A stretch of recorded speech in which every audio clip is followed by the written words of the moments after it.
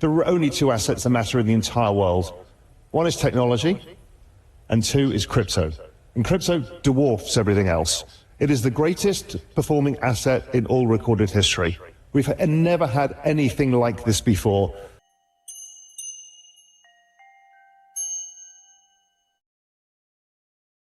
Hey everybody, it's Eri from Tokyo. This is your cryptocurrency update from Japan. That was Raoul Paul in Dubai yesterday at the SWE base camp. Yeah, I've got a lot to get to today, so let's get right to it. In the land of stablecoin regulation, it's unfortunate 9 Senate Democrats who were once supportive of this stablecoin regulation, well, they're now opposed to the GOP-led bill.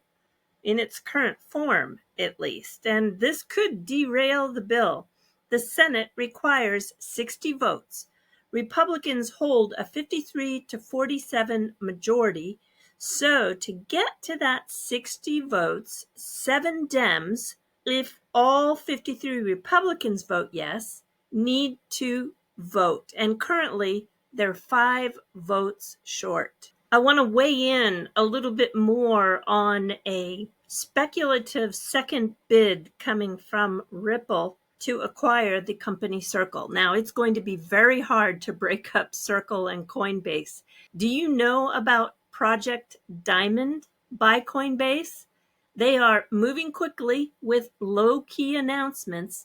Recently, last month, Chainlink has now natively integrated to create a compliant tokenized asset solution interoperable across any public or private blockchain with the Coinbase Prime custody and the Circle USDC coin. So I think that Ripple is really just going to have a little trouble in convincing Circle to come over to the Ripple camp. Every year I wait for the Berkshire Hathaway annual event, and it has in recent years been put online to watch and enjoy. It's usually over 2 hours long. The amount of people that now buy tickets to attend in person is just remarkable. And the annual meetings are, if you are an investor of any sorts, are really interesting. And I knew that this year was going to be very precious because we've got Warren Buffett still presiding over in person, and it was announced he is going to be stepping down as CEO this year. If you've never watched one of the annual meetings, do watch this last one where he is still in that position of CEO. Some interesting updates coming out of the SEC. The crypto asset promoter Ian Ballina was charged for touting tokens without disclosing compensation in 2022.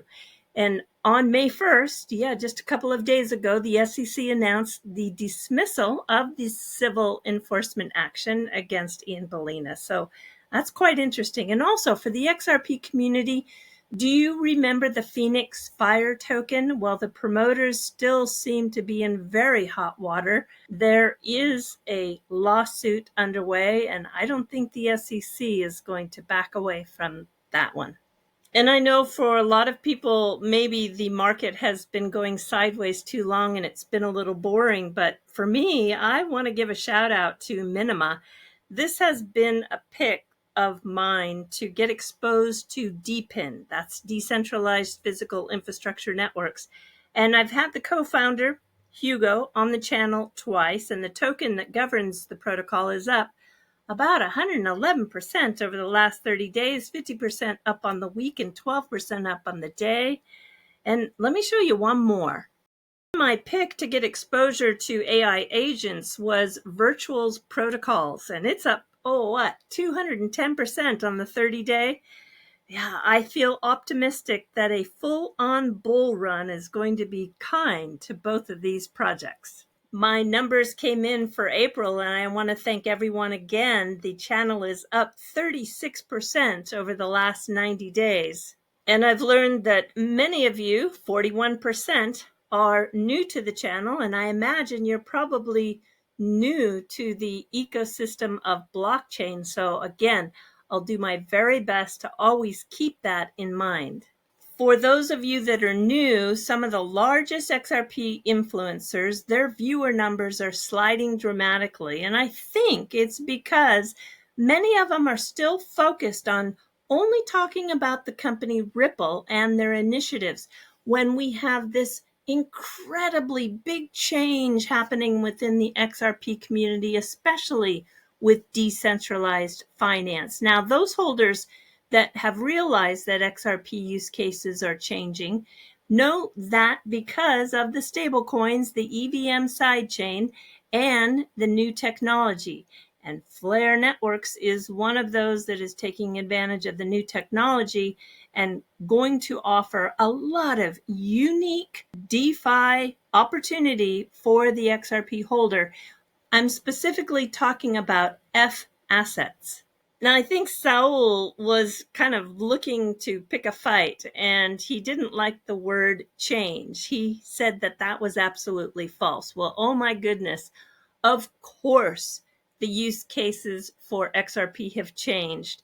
Maybe he prefers the word evolve. The use case for XRP and the ledger have significantly changed. Here are three big changes. First, you have now the wrapped XRP, that's called the eXRP, and it serves as the native gas token for the new EVM sidechain. This is brand new, so that is a huge change.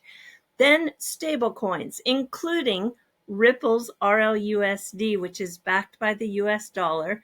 All these stablecoins have made it more appealing for institutional and retail DeFi users. And the third is technology. Now you can get yield on your XRP without even leaving the native XRP chain, like with More Markets, which is launching this month. This is exciting. It's one of many solutions out there that I'm focused on because at the end of the day, you really want to have utility. When people say that utility comes from the burn on the ledger when anything goes across in transaction, yeah, it's true, but it's so minimal. You can see here in this SBI slide from just the beginning of the year, approximately 0.01 billion XRP has been burned as a transaction fee in the lifetime of the ledger. And it's just so minute. It's just not the kind of utility that I'm looking for. And you won't believe this. I find this fascinating. This comes from a video that is from Warren. He is a former Ripple employee. And Visa and MasterCard have both announced that they're going to use AI shopping agents. These trusted agents hunt for the best deals, negotiate prices, and make purchases on your behalf. Have a listen. Our world is changing so fast. All right, everybody, do take care. Sayonara for now. Bye-bye. Yesterday, Visa and MasterCard both made announcements that they're going to be launching AI shopping agents, which are effectively agents that can look for deals, the best deals, negotiate with merchants, and make the purchases on behalf of you, the consumer. But I thought it was kind of interesting because the announcements, both of the announcements, emphasize the word trust. And in fact, the CEO of Visa mentioned trust multiple times in his interview. And so I thought that was kind of interesting. But if you're familiar with the Visa and MasterCard business model, their customers are actually the merchants. So they are charging the merchants merchant fees. They pass on those rewards back to the consumer. You are effectively the product. They're selling your data. They're using monetizing on the back end. So how can you actually trust that Visa and MasterCard are offering you the absolute best deal? And they're negotiating that deal, or that agent is negotiating that deal on your behalf to the best of its ability. What is the verifiability of that trust? And that's the big open question. Of course, that's just something that we've been working on with the MUA and verifiable trust of AI agents. And this is just one of those use cases where you have kind of the big tech companies or the big card companies coming out with trusted agents, and we need to just kind of trust them, and that's it. There's no verifiability But these, I will give them some time because these products are not out yet. They're just PR announcements, but we'll see what happens. Anyway, have a good weekend, and we'll talk to you later. Imua.